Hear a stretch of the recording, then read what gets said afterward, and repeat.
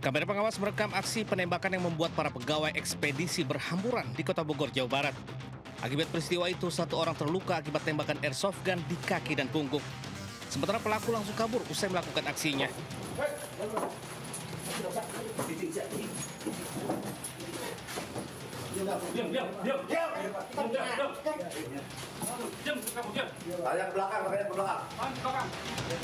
Setelah mendapat laporan korban, dua pelaku diringkus Satreskrim Polsek Bogor Utara di kontrakannya di kawasan Cimahpar. Polisi kemudian menggeledah kamar pelaku dan menyita sepucuk airsoft gun beserta peluru gotri. Kepada polisi, pelaku mengaku dendam dengan korban yang merupakan musuh bebuyutannya semasa sekolah dan kembali bertemu di tempat kerja yang sama. Karena sebelumnya pernah ada kejadian mereka sudah bermusuhan selama 10 tahun. Ketika pada saat itu mereka sekolah gitu kan, antara TD dengan SMA PGRI out gitu kan. Kini akibat perbuatannya pelaku dijerat pasal berlapis dengan ancaman 5 tahun penjara. Dari Bogor, Jawa Barat, Andi Firmansyah, Anyus melaporkan.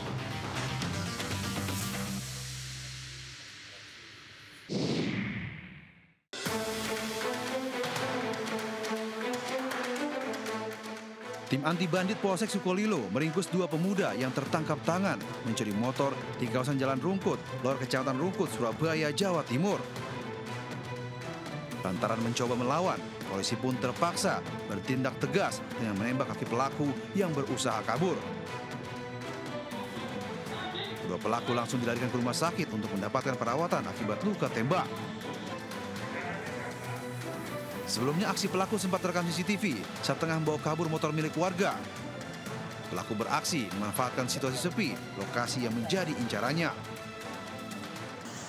Tertangkap tangan sedang membawa seluncuran kendaraan bermotor, sehingga anggota melakukan upaya kepolisian, namun pelaku mencoba melawan dengan menggunakan senjata tajam, sehingga anggota melakukan tindakan tegas secara terukur. 2 unit motor dan sebilah parang disita petugas. Sementara guna mempertanggungjawabkan perbuatannya, kedua pelaku terancam hukuman lebih dari 5 tahun penjara.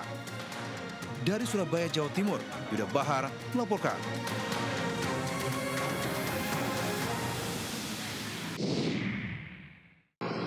Dagang lagi sepi, oke. Dipalak preman, dipalak jambret, disemayani we. Kocok dipecah. Ojo diremuk.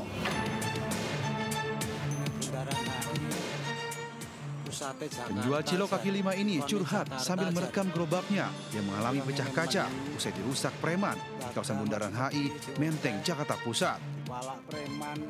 Dirinya tak menyangka jika preman yang memalaknya tega menghancurkan gerobaknya karena dirinya tak mau membayar uang Bang Jago sebesar Rp250.000. Pusatnya Jakarta. Ini pencot ya? Kau pencot kan? Kau pencot kan? Udah ikut udah. Roma yang lancurin, Udah kita doain. Ya. Buntut viralnya video, tim Resmob Satreskrim Polres Metro Jakarta Pusat akhirnya meringkus pelaku di kawasan Kebon Kacang, Tanah Abang.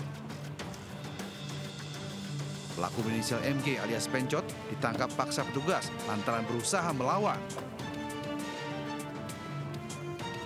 Dari hasil pemeriksaan pelaku yang telah lama menganggur ini mengaku dalam kondisi mabuk sehingga naik pitam ketika korban tak memberikan uang. Besarannya yang diminta oleh pelaku itu Rp250.000, disertai juga dengan pengerusakan dari gerobak pedagang cilok tersebut. Dirusaknya dipakai batu atau pakai balok atau? Pakai balok, pakai kayu. Akibat perbuatannya, pelaku dijerat pasal berlapis tentang pemalakan, pengancaman, dan pengerusakan dengan ancaman hukuman 7 tahun penjara. Dari Jakarta, Rani Sanjaya melaporkan.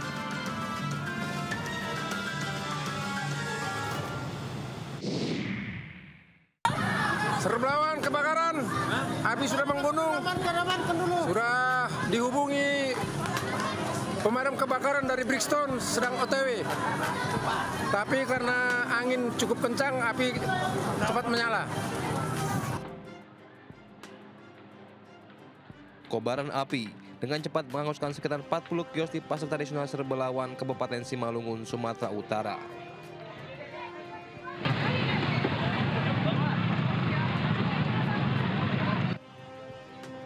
Sejumlah warga dan pedagang panik berupaya menyelamatkan barang dagangan mereka.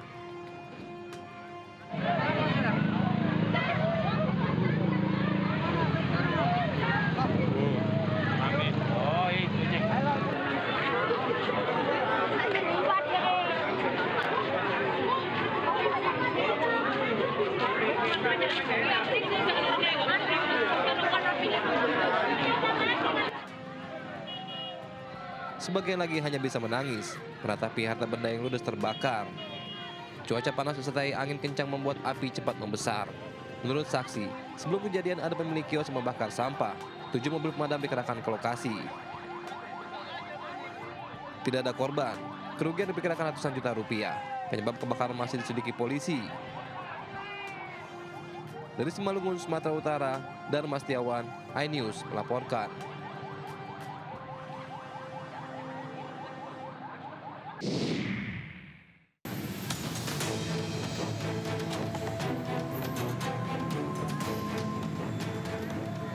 Sejumlah petugas unit pengelola sampah badan air terjun ke Kali Cideng, Tanah Abang, Jakarta Pusat guna mengevakuasi sesosok jasad.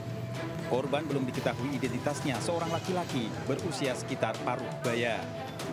Jasad korban pertama kali ditemukan oleh seorang petugas UPS badan air saat tengah membersihkan sampah di aliran kali. Sebelumnya salah satu kaki korban mengambang sementara badannya tersangkut di bawah pelampung penyekat sampah. Itu nyangkut di sekatan kita punya. Emang kita sekat sampah di situ, buat kita narik sampah di situ, buat angkat sampah juga di sini. Kalau dia nyangkut di bawahnya posisinya. Upaya evakuasi jasad korban ke daratan berlangsung dramatis mengingat ketinggian tanggul yang mencapai 3 meter. Dari hasil olah tempat kejadian perkara awal yang dilakukan petugas polisi, didapati sejumlah luka lebam pada wajah korban. Untuk sementara kita melihat ada lebam saja, namun nanti yang bisa mengidentifikasinya itu nanti kita kirim ke rumah sakit Cipto untuk dilakukan otopsi. Untuk identitasnya belum kita temukan. Guna memastikan penyebab tewasnya korban, jasad dibawa ke kamar jenazah Rumah Sakit Cipto Mangunkusumo, Jakarta untuk diotopsi. Dari Jakarta, Rani Sanjaya, iNews melaporkan.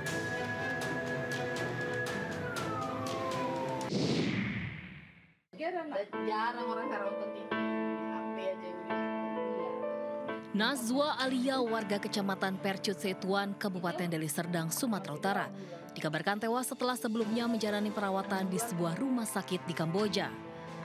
Sejak lama Nazwa yang merupakan lulusan SMK itu memiliki keinginan untuk bekerja di luar negeri. Awalnya Nazwa meminta izin untuk wawancara kerja di salah satu bank di Medan pada 29 Mei 2025. Keesokan harinya sang ibu menerima pesan singkat dari Nazwa yang mengatakan sudah berada di Bangkok, Thailand. Lalu pada 7 Agustus 2025, sang ibu mendapat kabar dari Kedutaan Besar Republik Indonesia di Phnom Penh bahwa Nazwa sedang sakit dan dirawat intensif di State Hospital Kamboja. Kemudian pada 12 Agustus, Nazwa dikabarkan meninggal dunia. Kalau telepon itu komunikasi macam udah nggak bagus lah, tiba-tiba dia putuskan percakapan. Saya pastikan lagi deh dengan siapa waktu itu, sendiri katanya kayak gitu. Udah itu dengan kawan yang PKL itulah katanya. Kayak gitulah sampai pagi esoknya saya dengar dia mau ke Kamboja. Video ini dia kirim ke adik saya kalau anak saya tuh sudah masuk rumah sakit.